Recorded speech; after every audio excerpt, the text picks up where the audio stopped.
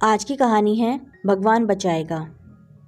एक समय की बात है, किसी गांव में एक साधु रहता था। वह भगवान का बहुत बड़ा भक्त था और निरंतर एक पेड़ के नीचे बैठकर तपस्या किया करता था। उसका भगवान पर अटूट विश्वास था और गांव वाले भी उसकी इज्जत करते थे। एक बार गांव में बहुत भीषण बाढ़ आ गई। चारों तरफ पानी ही पानी दिखाई देने लगा। सभी लोग अपनी जान बचाने के लिए ऊंचे स्थानों की तरफ बढ़ने लगे। जब लोगों ने देखा कि साधु महाराज अभी भी पेड़ के नीचे बैठे भगवान का नाम जप रहे हैं, तो उन्हें यह जगह छोड़ने की सलाह दी। पर साधु ने कहा, तुम लोग अपनी जान बचाओ, मुझे तो मेरा भगवान बचाएगा। धीरे धीरे पानी का स्तर बढ़ता गया और पानी साधु के कमर तक आ पहुंचा। इतने में वहां से एक नाव गुजरी। मल्ला ने कहा, हे साधु महाराज, आप इस नाव पर सवार हो जाइए, मैं आपको सुरक्षित स्थान तक पहुंचा दूंगा। नहीं, मुझे तुम्हारी मदद की आवश्यकता नहीं है, मुझे तो मेरा भगवान बचाएगा, साधु ने उत्तर दिया। नाव वाला चुपचाप वहां से चला गया। कुछ देर बाद बाढ़ और प्रचंड हो गई।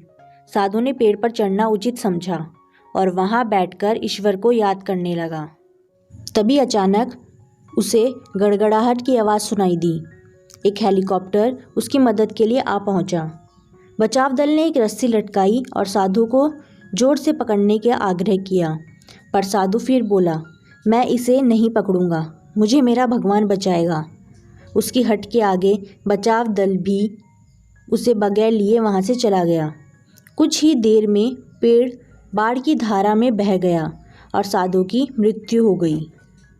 मरने के बाद साधु महाराज स्वर्ग पहुँचे और भगवान से बोले, हे प्रभु, मैंने तुम्हारी पूरी लगन के साथ आराधना की, तपस्या की, पर जब मैं पानी में डूबकर मर रहा था तब तुम मुझे बचाने नहीं आए, ऐसा क्यों प्रभु? भगवान बोले, हे साधु महात्मा, मैं तुम्हारी रक्षा करने एक नहीं बल्कि 3 बार आया। पहला ग्रामीणों के रूप में, दूसरा नाव वाले के रूप में और तीसरा हेलीकॉप्टर बचाव दल के रूप में, किंतु तुम मेरे इन अवसरों को पहचान नहीं पाए। ये सच बात है कि भगवान हमें हमारे जीवन में ऐसे कई अवसर देते हैं जिनका यदि हम सही ढंग से उपयोग करें और सही समय पर उपयोग करें तो हम अपने जीवन को और बेहतर बना सकते हैं। और यदि हम उन अवसरों को ऐसे ही गंवा देते हैं तो शायद वो अवसर हमारे पास दोबारा वापस नहीं आ सकते। तो इसलिए यदि आपको आपके जीवन में ऐसे कई अवसर मिलते हैं तो उन अवसरों का सही उपयोग करके आप अपने जीवन को जरूर बेहतर बनाइए।